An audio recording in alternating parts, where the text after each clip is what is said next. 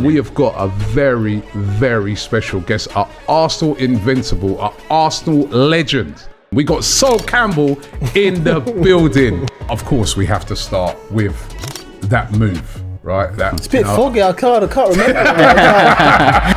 Yeah, people are going to be pissed off. People are never going to forgive me. Some people moved on. We've got a new stadium, new training ground, new kind of everything's amazing going forward, and you're still harping about me. It's like, what's going on here? If I'm older and kids and things like that, it's different. I want to win. I wanted to win, and I won. This feels like love, man. Yeah, exactly. Some love, baby. Trent Alexander-Arnold possibly could go to... He's not going to go to Everton, is he? He's not going to go to Everton. He's not going to go to Everton. Did any Arsenal player look at you, sideways coming through the door, being from Tottenham? I think maybe they were shocked, saying, "My God, you got fucking balls, haven't you?" Yeah, that was massive. Hi and welcome along to the A-List. We are back with another big interview. No Cecil today, but no. Turkish is in the building. And we have got a very, very special guest, our Arsenal Invincible, our Arsenal legend. I don't know, I use that word legend lightly, but this guy is a legend. We got Sol Campbell in the building. Nice, thank you. and I'll tell you what, as you walked in, you saw my brother, and the first thing he said is, "Well, you're looking in good shape, man." There you are. God, not like I was when I was 25. Yeah, you're looking well, man. You're looking well. I know you was at the game. Now, God, yeah. 50. Yeah. Congratulations, well done. Yeah, looking good, man. September, looking good. Can't believe it. See, that makes me feel really old, man. Because like you see him on the pitch, he's just a youngster. Yeah. 50. Wow. Yeah. But. Well, one more thing I want to ask on this before we maybe get a bit more into the career, but on the modern day old school football comparison, defenders are required to be very different now than they was in your day, and there's a lot of comparisons made, but we've got, I was about to say star in the making. I think he's a world-class central defender already, but obviously for a club you've got to win the titles. You know all about that. Tony Adams and yourself done it multiple times over the years for us, as well as Colo and Keogh and Boldy and so on. Where do you see Saliba going in terms of how good he is a centre back, and what is the ceiling for a William Saliba? I think the world is his oyster. Great in the ball. Sees the game. Is quick, strong, nimble. I think only thing he needs is more experience. That will come. I think. He's definitely the one to watch in the sense that how long can we keep him? Because in the end, he's a top defender. He's young. Hopefully we'll win some things at Arsenal, and that will, cement him in a new contract and keep him there. I think as a player, you might have to just clean up a little bit of, being too relaxed in kind of scenarios to kind of like make sure you're kind of more safe, then more, let's see if I can look good. There's a time for that, and a time sometimes like, hey, it's a bit, I don't want to get caught here, it's a big game, let's just play easy. But he's got everything to go. He's top player, really, top talent, incredible. So happy he's at Arsenal. But yeah, he's maybe there's one, maybe a bit more commanding, pull people around a little bit more. Sometimes when you do that, you do less work. If you with your mouth, hey, come in, get in, and nice, solid, and all that kind of stuff. That communication, that will probably come in time. But everything else is just got to be aware of danger. Just get a bit more aware of danger. It's better to be safe than sorry, and then the world, he can just keep on going. It's an incredible player. Yeah, let's hope he keeps going at Arsenal. Let's get into your career now, because it's an amazing career that you had at Arsenal. Arsenal Invincible, multiple titles, everything like that, FA Cups.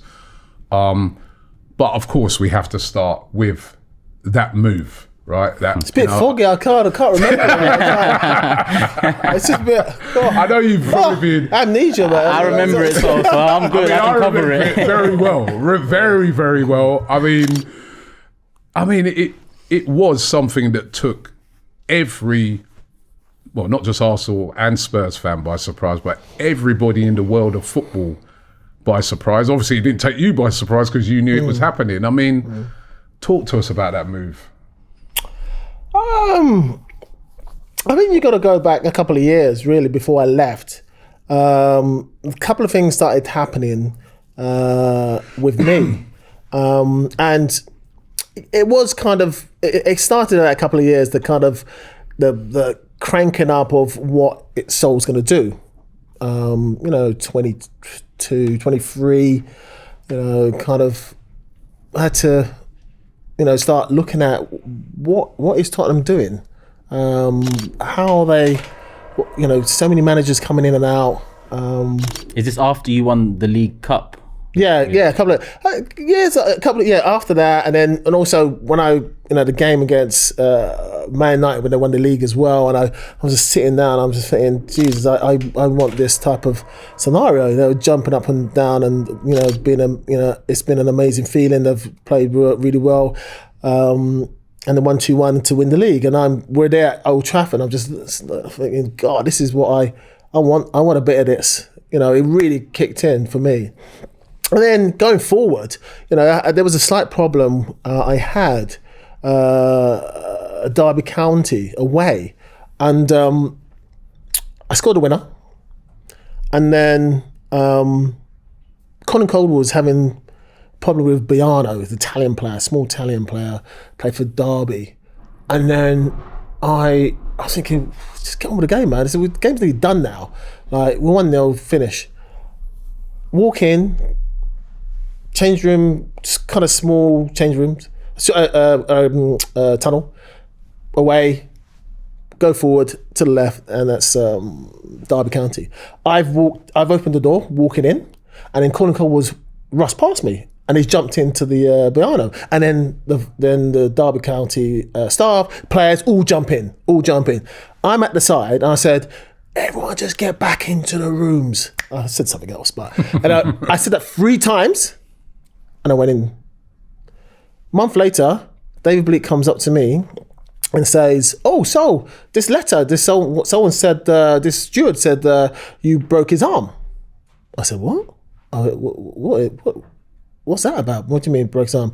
"Leave it, David. It's a load of rubbish." Left it. Come back again next month.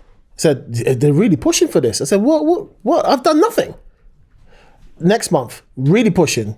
I said, we've got to do something about it. He's looking to prosecute, looking to kind of, ask for an arrest. Wow. So I'm thinking, what the hell is going on? Then rolls on. I have to go up there, and I'm in a situation where fingerprints, pictures, side kind of profiles, all that kind of stuff. I'm thinking, what is it? Why am I here? So rolls on. And this is a season when, one of the best scoring years for me, things like that, all that kind of stuff. I think George Graham was there at the time while this is all going on. So this went on for about a year of me kind of nearly under this cloud. It's like, what? Like thinking I'm bashing up old men and things like that in a tunnel. So then, the club obviously was paying for all these fees and all the court fee, all the solicitor fees and lawyer fees and all that kind of stuff. And then all of a sudden, just before I think the following season, so it's going over a year, and I had like 3 weeks before the case, the court case, and they drop out. I said, what? No, you got to pay all your fees, so Tottenham dropped out of my case. So you pay for everything now. You're done. The funding's gone. Gone. I'm thinking, I'm the captain. And I'm thinking, okay, you're gone. So what's going on here? So I'm a young 23-year-old thinking, what's this? What's this? From them. This is like basically saying, on your own, you make it, or you got a criminal record for something I've not done. Takes a week to get the court papers from their lawyers, from Tottenham lawyers, to my lawyers. I had to kind of find a local lawyer. He sits down. He looks at all the paperwork. He's saying, why are we still here? Why has this gone on for such a long time? And then a week later, case dropped. So I went for a whole year under all this cloud. My lawyers got involved for 1 week, 3 weeks before the case, before it starts, case dropped. When you look through the papers, so one of the first things, looked at the medical report. He broke his arm, the guy. I went through 5 to 10 to 5 or whatever, 4:45 finished, 10 to 5. He broke his arm, but he broke his arm in the morning. Well, on the medical papers, there was a player's name on it, scrubbed out because you can see it from facts, Derby County player. wow. And you've gone through all that time. The hierarchy wanted me to also, the internal lawyer came to me, it was Ireland, came to me while I was eating lunch, said, "So do you want to be bound over?" I said, "What's bound over? What's this?" Oh, bound over is when you admit it. Yeah, some lord is bound over, you pay the fees and things like that. Yeah. So basically he wanted me to do this, and I said, "I'll live and die by my own words." I had this in my book. And then that's it. And then you got fast forward and all this. And I said to myself, you basically wanted me to sign a really crap deal and for this not to come out and for me to get bound over, or you dropped out of the case. Either they were trying things all the way along. This could have been quashed 6-7 months before. You telling me lawyers come in and say, okay, the guy broke his arm. Let me see the paperwork. See the paperwork. Well, it's the guy's South American guy, black guy, Derby County player. So why are we here? Why have you dragged this out for 9 months? What, to put Sol Campbell under pressure? Young black boy wanted to sign a rubbish deal. Yeah, you felt that. So you 9 months. The hierarchy said to their lawyers, do not show that. Right. Must have. Okay, I had 3-4 months kind of going forwards and then get arrested. People think I've done this and it's someone else done it. So that scenario, it came in, they just wanted to use it. So you can guess who's at the hierarchy at Tottenham at the time, and that's it. So I'm thinking, I'm done there. So that annoyed you so much that you... I got a career record. What, for playing football? And a lie. And a lie as well, for something that you haven't done. And obviously the lawyers had to give that up because of duty of care. They had to. So once you're like, blah, blah, blah's name, Derby County. He broke his arm in the morning. That's probably morning when they used to have pre-match kind of meals. Yeah. So I don't know what happened. He broke his arm. So all these factors are going on, right? So that all builds up into the story. So you need to see that. That's all building up. Yeah. You know, that for me as a young boy, you then I started thinking, well, this is how people get set up. So if I'm not who I am, or not like whatever, you look at people on the street, how many people get set up? Yeah. And they haven't done anything. I've done nothing. They dragged this out for over a year. I've done nothing. So on that, like you said, you're the captain of the team. That's going on in the background. So you obviously got... I'm pissed off now. I'm done. You're pissed off with the hierarchy. So after that, you just sort of like, I'm done. And then Arsenal come along. Obviously, there's even a documentary on it at the moment on Sky where, and we've had David Dean on here before as well, talking about how he was speaking to you and stuff like that. But the sad thing about that is everyone speaks, but that interview you on there with me, that's at 5 years old. So everyone speaks. No one speaks to me. Right. I don't know if it's like there's a bit there that say there's a famous bit there. Scored against West Ham, winning goal, come off the pitch, and then I can't remember who's interviewing me, and say, "So are you staying?" Famous. Everyone's hanging on to that. And then you say, "I'm staying," and that's it. It's cut. Everyone's just that's it. Listen another 10 seconds, 15 seconds after, it's a different situation. What did you say after that? Well, I'm here. Yeah. I'm here. I didn't say, and then Andy Kurz, who used to obviously run Sky Sports, he was and he's a Tottenham fan, so he's quite balanced. And he didn't say he was going to stay for the rest of his career. And I think that's the balance people have to look at this. You know? Yeah, people are going to be pissed off. People are never going to forgive me. Some people moved on. It is what it is. But that's the first time someone's actually put the whole freaking interview on. Yeah. Not just cut it short. Yeah. Now, it was a controversial move, right? Are you still taken aback, right, that after all these years, right? We're still talking about it. Everybody's still talking. As I said, it's a documentary out about it right now. We're still talking about it. And also, like, the hatred that comes from Tottenham fans still to this day for that move. Because, I mean, a young Tottenham fan could go to a game. He's never seen you play. He never knew when you played at Tottenham. He probably doesn't really, but he knows who you are because they're still very hostile towards you. Did you think after a while it would fade away or it would fade out a bit? Because it's still there, isn't it? It's almost like you left there last year. Yeah, I know. But when you look at it, how many other players have done that, across Europe? There's like, you can go say... It was the Figo one. There's Figo one. You got, Michael in a little bit in between. You've got Miller, who goes from I think, Celtic Rangers, which is probably the worst one in football, with religion, politics, political stuff, is the worst. But do they hate But they don't go on as much. Thank you. And that's so you look at the situation, you got Clarence Seedorf, all these guys, you got Ronaldo, okay, had a club in between. You got loads of players, Eto'o youth team at Real Madrid, and then he plays at Barca, all that kind of stuff. You got who else who's done those kind of Laudrup, he's done that move as well. Loads of players have done these kind of moves, free or in between top, like derbies and things like that, in rival clubs in the cities. So it's like, what's going on here? Because your one's never faded away. It's still... Yeah, but the thing's though, what you have to do is balance it out, because there's other players have done that and they're not...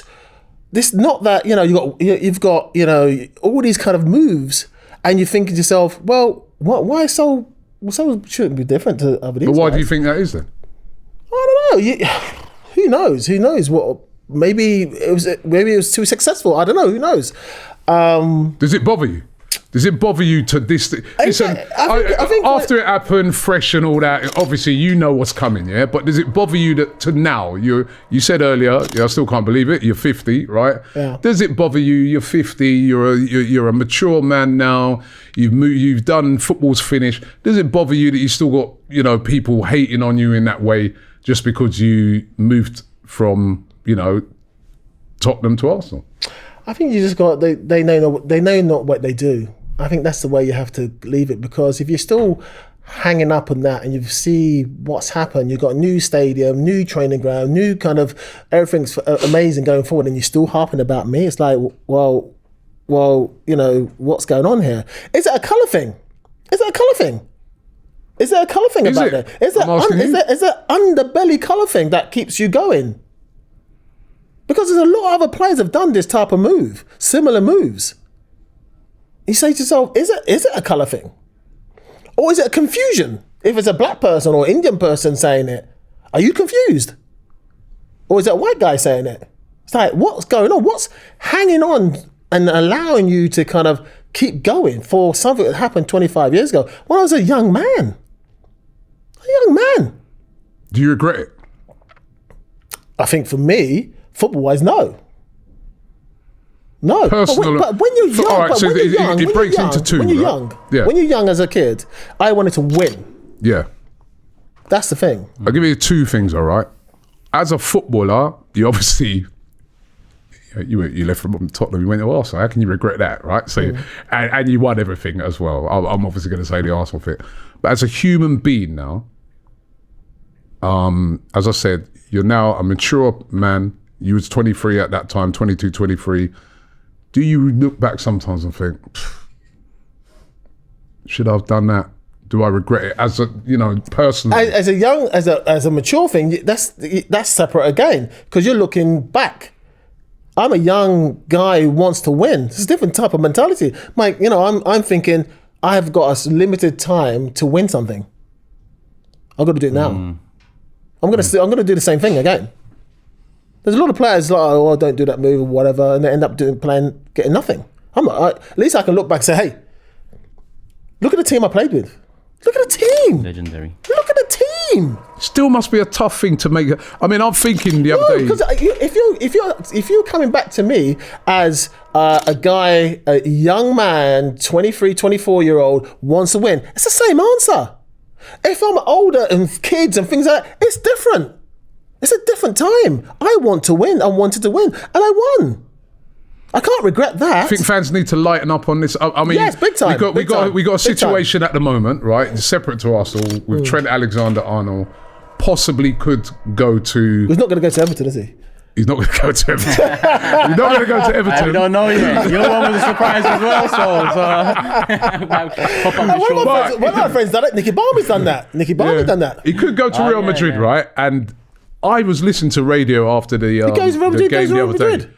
But there's a lot of Liverpool fans would be very angry if he does that. He's out of the country. He's out of mind. It's gone. I mean, when you look at Real Madrid, it's they're probably the biggest club in the world. Yeah, he's won everything at Liverpool. I think if he wants to stay, he can stay. He's just got to go the right way about it. That's all. He's got to probably let people know is what he wants. I think if you tell people now, I think it's easier. But I think they're still trying to probably negotiate and get the right deal for him. I think everything's on the table to the last second. Yeah, imagine if you'd done that.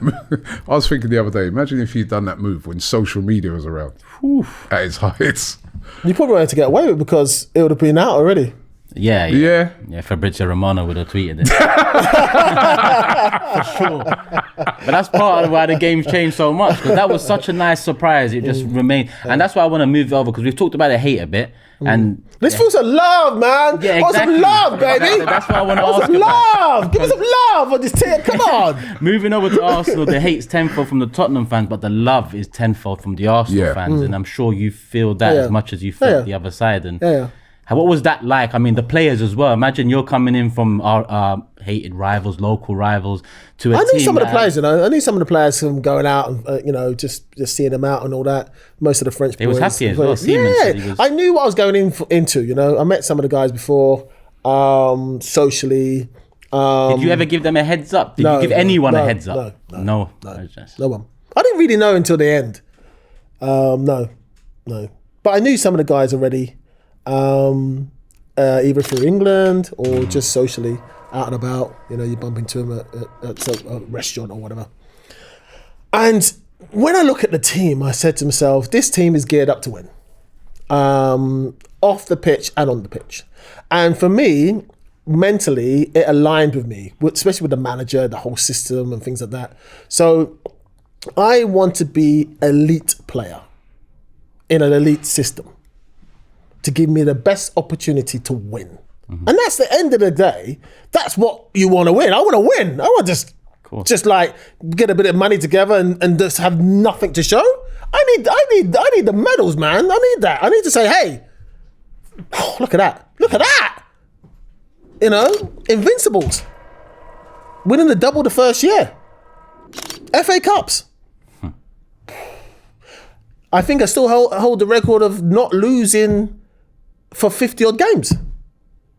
56 games or something like that. Countless awards.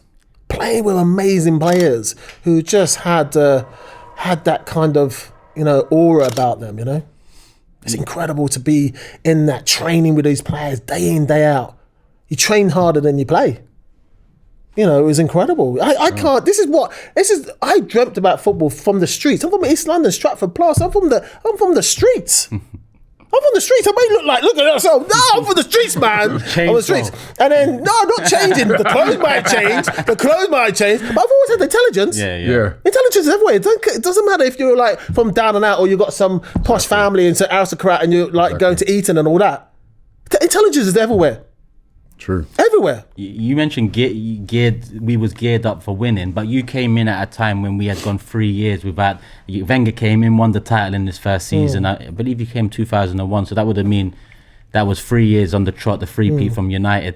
But so what gave you the feeling that Arsenal was geared up to win when we had just gone three? Just look at the front line. Okay, so the players, the quality. The quality of players. They were just missing a few links here and there. And you said off the pitch too. What gave you that feeling? I think for me, I prefer that outside. You know, I wasn't a massive drinker, and I was more a socializer, so I quite like that atmosphere. That was more that professional thing. Back then, I mean, we're talking about 25 years ago. I mean, some clubs in the Premier League or Premiership back then, or whatever, they weren't professional, mate. They weren't. They're still eating bags of mash and all that kind of stuff for lunch. Thinking, you laugh, but and some of them might say, "Hey, we won with bags of mash." Who knows? But I wanted that. You go in, you take your shoes off, you put. He learned a lot from Japan for sure, Arsene. So I love that Zen kind of thing. I had madness in the world. I like to kind of realign and just get my kind of reduce the madness and like just kind of focus. That's what I wanted to have when I go into the training. I want it to kind of have a Zen feel. There's enough madness outside. I want that Zen feel, and I had the anger, but I needed that Zen environment. Do you know what I mean? To kind of have that balance. I don't need to be madness on the street or whatever, and then like all over the place as a football club. Do you know what I mean? And that's what Tottenham was. It's all over the place. So all over the place outside. Living in London. It's great. That it is what it is. And then you got the club. It's just like you got this club, but it's not even working properly. And quality players go through and what's happening? I can't win anything here because the whole system, nothing's geared up to kind of win. They're not looking after all the detail things that make you win. The good kind of diversity, what's happening in there wasn't there. Managers coming in and out. So for me, going to Arsenal was just like, my God, this is what I want. I actually needed this. And then you got those players who are angry as well, but quality, they're gentlemen at the same time, but they're hungry. Hungry top players. Something's going to happen. You're going to win something. You've got hungry top class players at the same time. It's a perfect cocktail.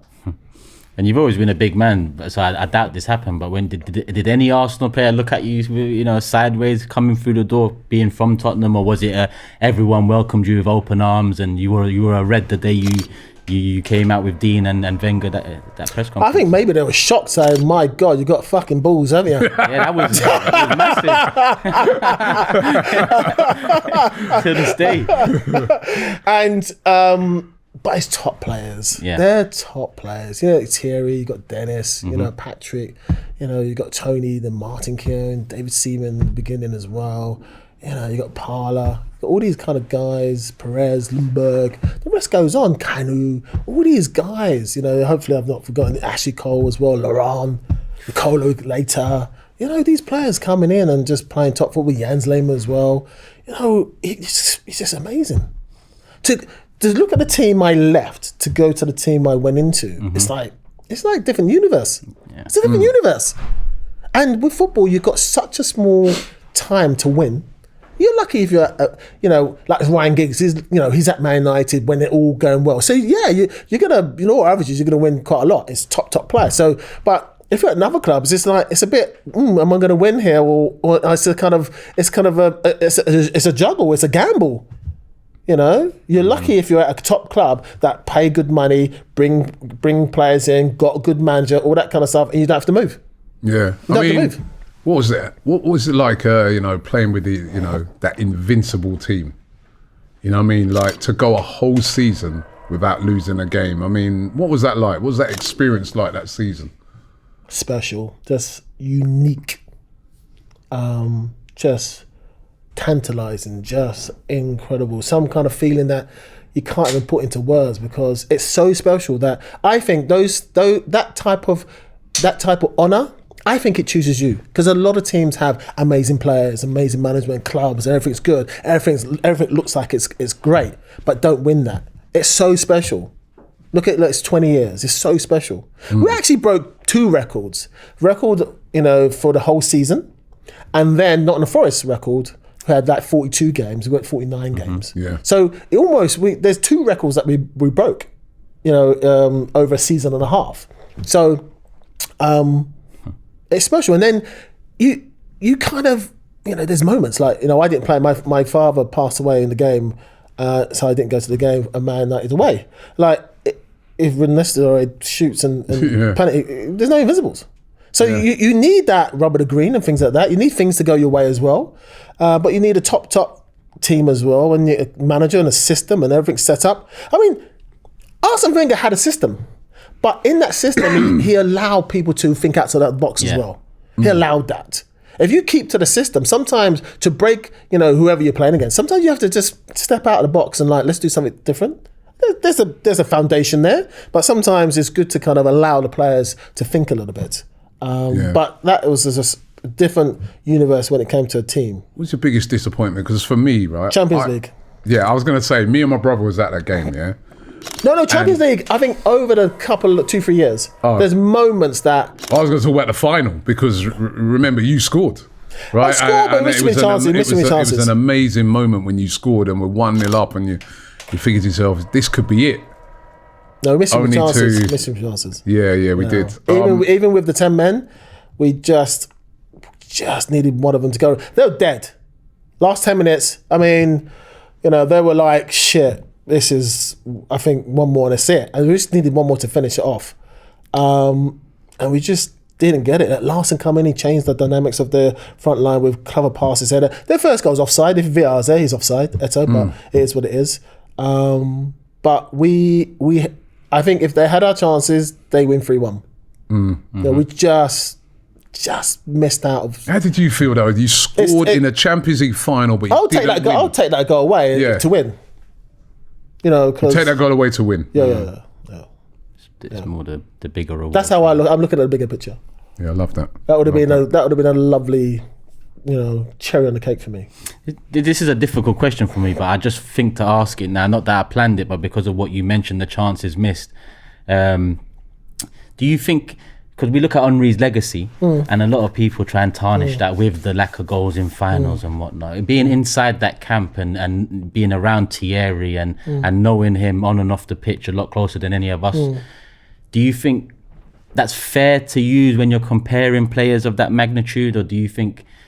I think with Thierry, I think I've seen him say that he still remembers those moments. So I think he's an honest player. He's a wonderful player, top player, incredible human being. And even he says, I think I saw him say that he still remembers that day because it wasn't. I think Ringbird had one. I think there was a one-on-one scenario, and I think we passed to the wrong person on like a 2-on-1 scenario. It's like we had the chances, and then at the end, I think Thierry, just ran out of legs. I think if he'd have just toe-poed it, I think it might have gone in. But he tried to, I just think he just ran out of legs. Been doing a lot of running. But I think he admits it that he still thinks about that. But he's such a top player. The best special. I think is the best. Premier League I've ever seen. I agree.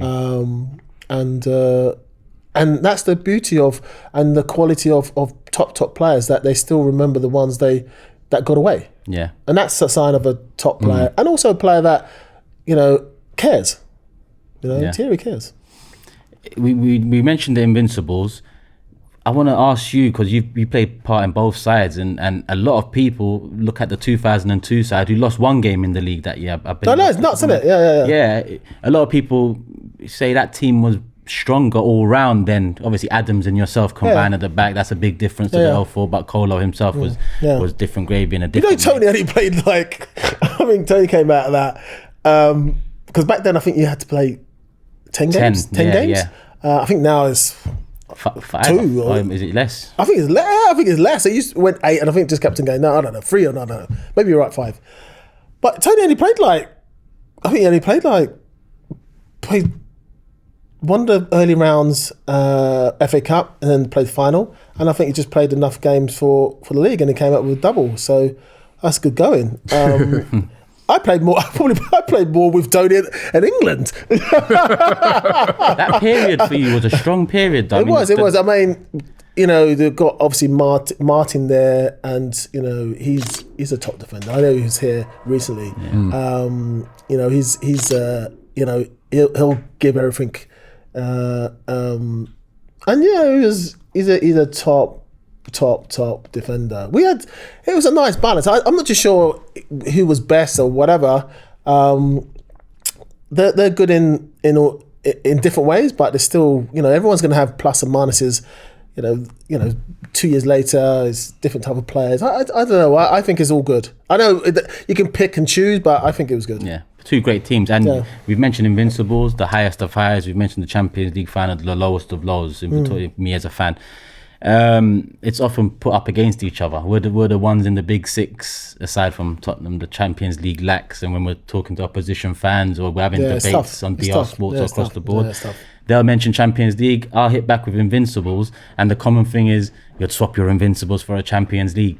Me as a fan, because the Invincibles were so special and unique, you'd have to give me a couple Champions Leagues for me to even entertain it.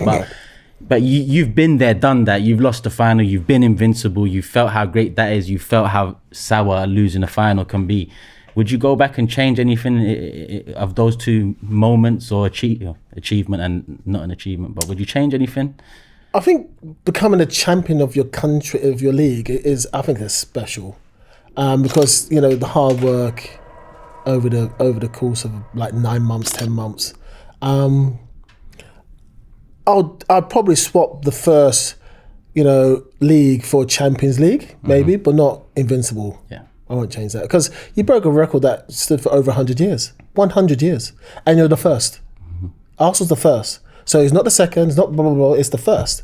So, it's nice to have Champions League. Don't get me wrong. It's nice. I wish I won a World Cup, European Cup for my country. We can keep going on. Some players are lucky enough to win all of it, and they're lucky, but. I think being the champions of your country is special, because it just shows the consistency you've done for the whole. It's a cup competition when it comes to European Cup, but to have the week in, week out, the consistency of the amount of things that happen in the season, ups and downs, blah blah blah, negotiating, getting yourself fit again and again. I think being the champions of your country or England is special. I mean, you talk about England. You had a great career for England as well, didn't you? I mean, other than referee decisions, but a great career. I mean, what was it like playing for England at that time and with some of the players you played with there? I think I've kind of got the back end of Gascoigne and Paul Ings and Shearer a couple of years later. Obviously Seaman and Martin and Tony. So it was nice playing with those players because they're experienced. I remember, I got into the squad in 1996, and then watching the guys, got on against Scotland. So that was always nice. But the atmosphere was just incredible, and we were whisked away from beating Germany in the semis, which is Gascoigne was so close. It's studs away. Goes a little bit early, he slides and scores, and it's a different situation. But just playing with that England and having an amazing time. I thought to myself, God, we've got to the semi-final. I thought, this is going to be, we're going to get to the finals, throughout my career. We're going to have a really good, generation. And obviously it doesn't turn out like that. It's a bit better now, getting to the couple of finals, but just not getting over the line. But it's special for me. I played 6 on the bounce, the only player's ever done that. Yeah. 6 tournaments, Six tournaments on the bounce. No one else has done that. Scored, against Sweden was always nice, but obviously with Portugal and then Argentina, I still think back and I say to myself, against Argentina, that goes to, you win golden goal, goes to the quarterfinals, play Holland, and that's with Dennis, and the other one goes to the semi-final of the in Portugal. Who knows? Those things are defining moments. Those referee decisions, defining moments that really define your career or your England career because of a referee decision. And it was solely a referee decision. And when you look back, you say to yourself, "What is going on here?" This is no VAR. No VAR. It's travesty. And I recently saw the Argentina one, and I think to myself, Shearer goes up for the header. The keeper actually goes out of the 6-yard box, so he's out of his zone completely. He misses the ball. Obviously, Shearer's got a right to go for it. He comes in, misses it. I hesitate in, no goal. It's what is going on? VAR still would have found something. I don't know. They would have looked back phases and then. I don't know. I don't think you could. I think in the end, it's like we needed that replay because it just shows that he's come out, he's out of his goal, and he misses the ball. Shearer, when you jump for the ball, you can't just jump like a penguin, like up in the air. No one does that. You need a bit of balance. Yeah. So he's come out, both missed it. I had it. It's like, what is going on? Yeah. And I think people need to know as well, just as a heads up, because sometimes your name doesn't come up in enough conversations when I'm talking amongst friends. There's amnesia with some of the guys out there. There's amnesia. It's like you guys, like some of the players who got podcasts. Like, you play for me, you know. And then all of a sudden you got amnesia when it comes to me. It's like, whoa, what's going on here? You know, I was a top footballer. You know, top. I got 98 World Cup team. I got 2002 and 2004 Euros, yeah. Teams. Yeah. So three times. Team of the tournaments. Yeah. So see, one squad, 98. That's the first one. Yeah. And then 2002 and 2004 Euros and obviously 2002 World Cup teams. So how many English players have done that? And to put it into context a bit, so again for the younger viewers, that's an era of Nesta, Maldini, Cannavaro, Desai, Stam. Yeah, all of them. So that era of defenders, the rest goes on. Team of the tournaments, international football. I get amnesia. They get amnesia. They kind of just forget. I don't know. You tell me. Why do you think they have amnesia when it comes to me? When they were playing for me, they know how strong I was. Yeah, I mean... These guys played with me for England or whatever, and you say to yourself, all of a sudden, like, what? Really? Oh, right, okay. So you've noticed it as well, because I don't understand why his name doesn't come up enough. Team of the tournaments, 3 international, double in his first season at Arsenal, Invincible 2004, FA Cups in between that 05 and... How can his name not come up in these conversations with the Rios and the You're a Hall of Famer, isn't it? Really, you are a Hall of Famer. The trouble is, you're a Hall of Famer. Don't be humble on it now. You're a Hall of Famer. Yeah, but the trouble is, it's almost picked by. I don't think it's picked by football anymore. It's sometimes picked by, if they like you that particular year. Do you think the move still has something to do with it? Or if you're on TV all the time, they say, Has that move still got something to do with it? Move? The move from Tottenham to Arsenal is so controversial. Does that still have something to do with it? Because, you know, when you name out your record, all what you've done throughout your career, whether it be for Arsenal, for England, you know what I mean? But also, there are some players in there, their backstories are horrendous as well. There's just people don't talk about it. There's some players who are there got horrendous backstories. Yeah, so I'm not going to name them, but they're not white and white. Some of those guys. So it's like, well, he's done X, Y, Z. What? Yeah, really? You know, and that's the situation. You just say to yourself, is it? You know, is there a? You know, it's picked on a different criteria. You know, you go say Ryan Giggs. He was going to be the first. He's not in there. He's the most consistent Premier League player ever. Yeah, he's not in there. For maybe obviously for other things. Yeah. But there's other players who've done things as well. Which was more public or whatever. So it's picked by. It's not picked by like what you've actually done. It is, and it isn't.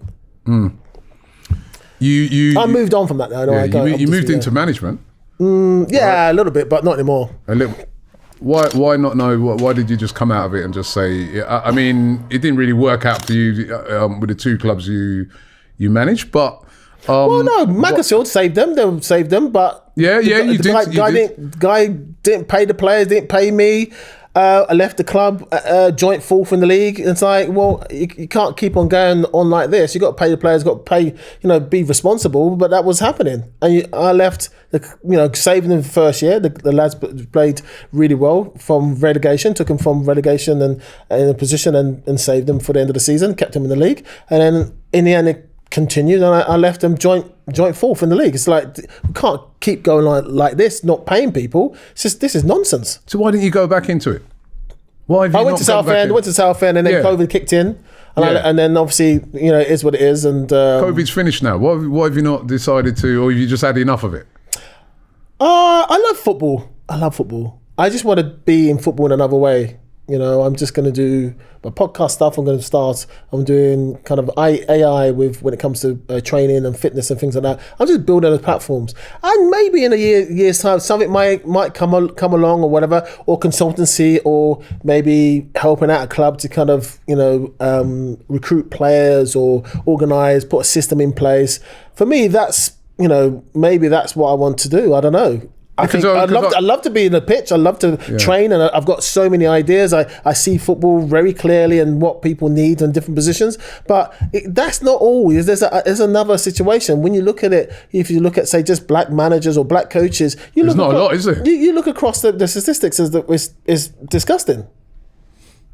It's like, and somebody like you, England captain of various clubs. Doesn't mean anything anymore.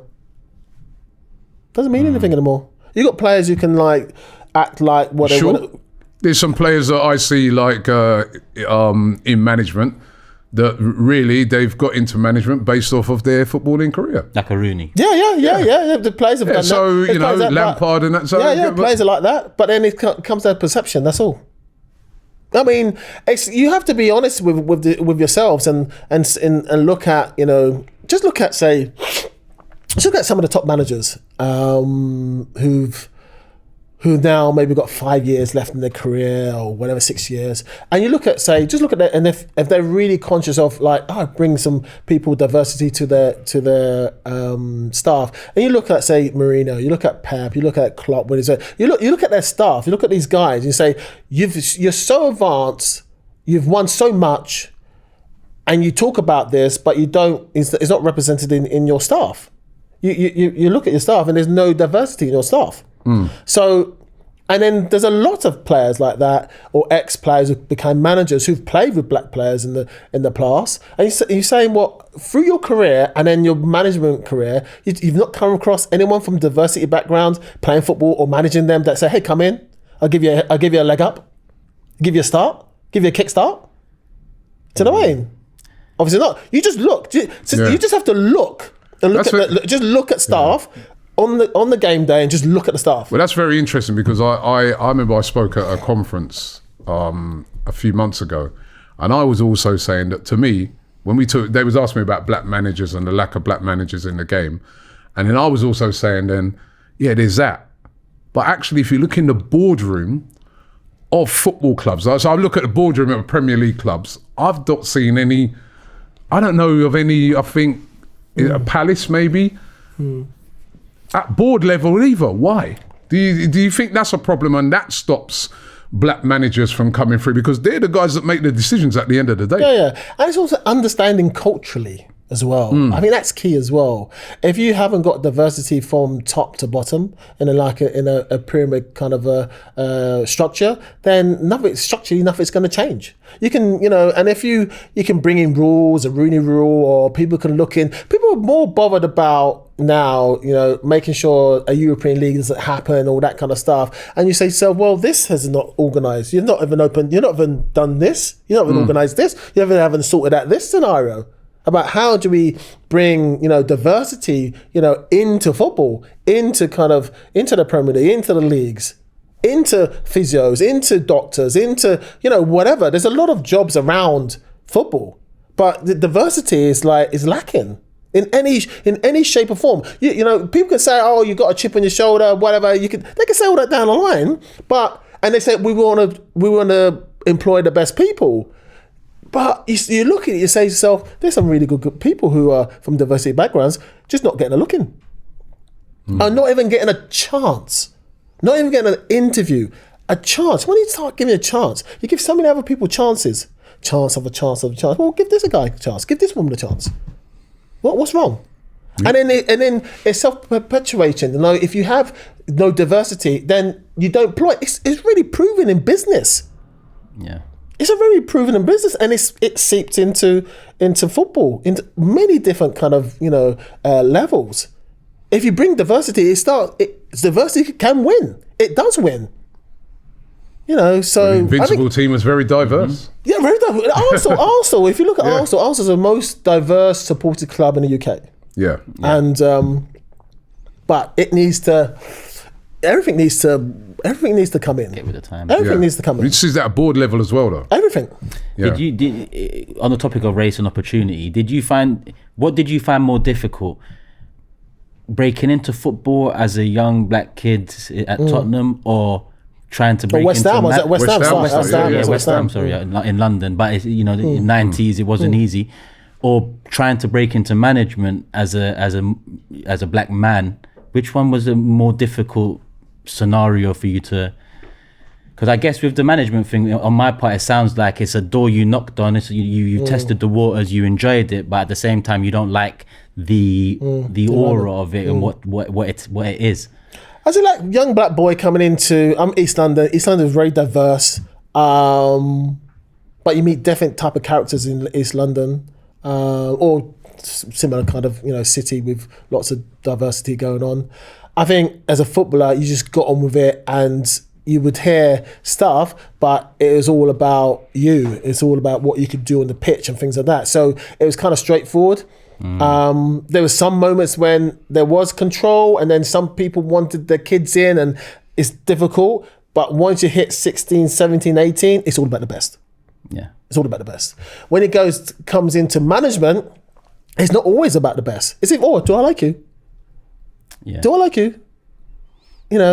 It's like, well, can we work on that over the course of 3, 4 months, 6 months? But really, you need me to do the job. Mm-hmm. What's it worth you liking me and then I can't do the job? Yeah. So it's like the character's like, oh yeah, I like you, let's give him a job. But then getting a job, can't do the job, right, in 6 months, gone. And then the same thing happens again. And it's perception. Oh, he's a likable person, he's this, he's that.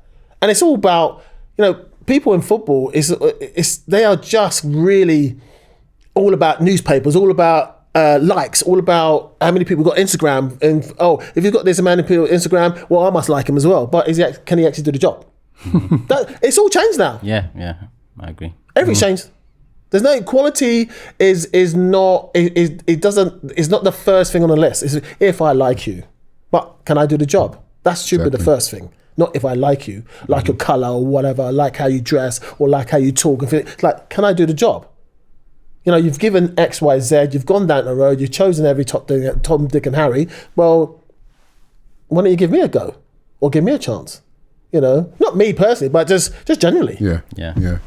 Finally, we're just going to finish off. Can I ask one more? Can I ask one more burning question? Yeah, one more burning question. Sorry. I know you're looking at the clock and make sure the clock's ticking. No, listen, we like to continue on. Right at the beginning, and it's very relevant. You mentioned you played for that Tottenham side that on the last day of the season played against United, where United needed the win to pick Arsenal, right? Yeah. And I think it was Andy Cole lobbed. Yeah. So I remember it like it was yesterday. Now, we was here watching Man City Tottenham last season at the end of it. Son going through on goal, completely fluffing his lines.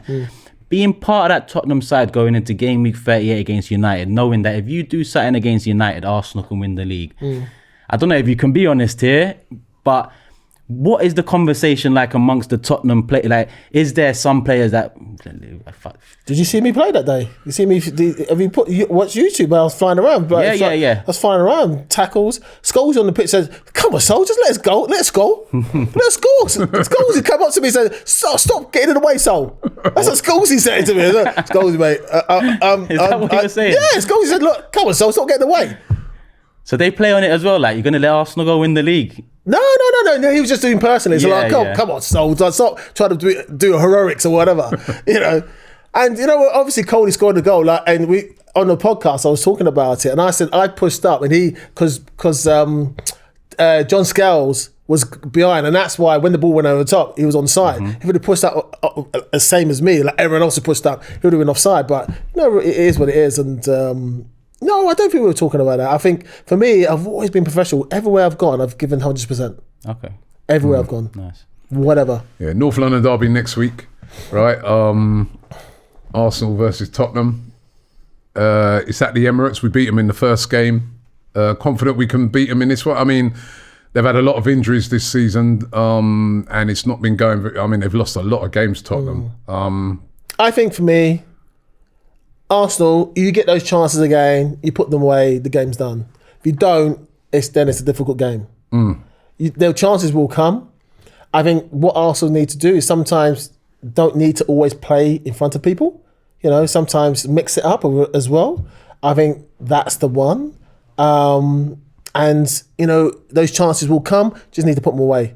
They had more than enough chances to come away with, like, you know, 4-2 to Arsenal versus Newcastle yesterday. Easily. The chances, clinical chances that if they go in and say, oh, yes. We had like 4 or 5 free headers. Yeah. And shots and, you know, in and around the goal that you connect properly and you've really dialed in. Keeper might save it or parry or whatever, or deflection goes in. But, you know, easily 3 to 4 goals, easily. Yeah, North London derby. You keep away from it. Have you ever been back to Tottenham? I've been once. I went years. Back to where? Tottenham. to watch it there. Oh, come on! I have to put my beard on, or, put some wig on, or something. Whatever, man. You two walking down that road on a match day. Me and you put a wig on and things like that. Blah blah blah. Put some glasses on. I don't know. You never thought to yourself. Especially like they've got the new stadium now. Go down there to watch it. Arsenal. Just not interested. I'm not. It's for me. It moved on. It's sorry. Thank you. It just moved on.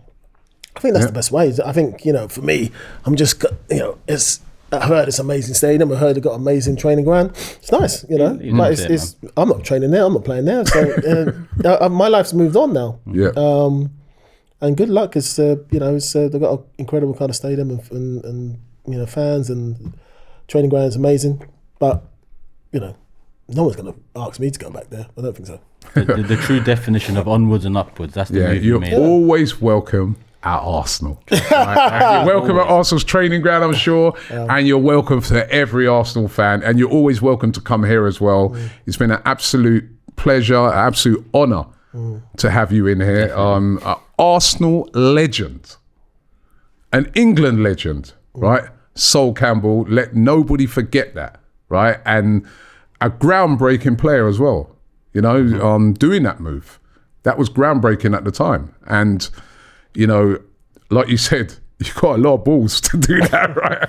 But also, it tells us a lot about your character. It tells us a lot about who you are, right? And, I think in a world nowadays where everybody's worried about what people think about them, you're a really shining example. I love that. I love that. So thank you very much for coming on today. That's from me. Yeah, so listen, I'm just glad I got some questions out, because when I met you out there and you said you're out Turkish, I was like, what you know? What's going on around here? But yeah, legend. Young viewers out there, sometimes I get angry and frustrated these days. That's because this is the era I grew up on. This was the standard. Sol Campbell, Tony Adam, David Seaman and so on. And yeah, legend. I just back up what Robbie said. Pleasure to thank you very much for coming in, coming on today. Thank you guys. Thank you for having me.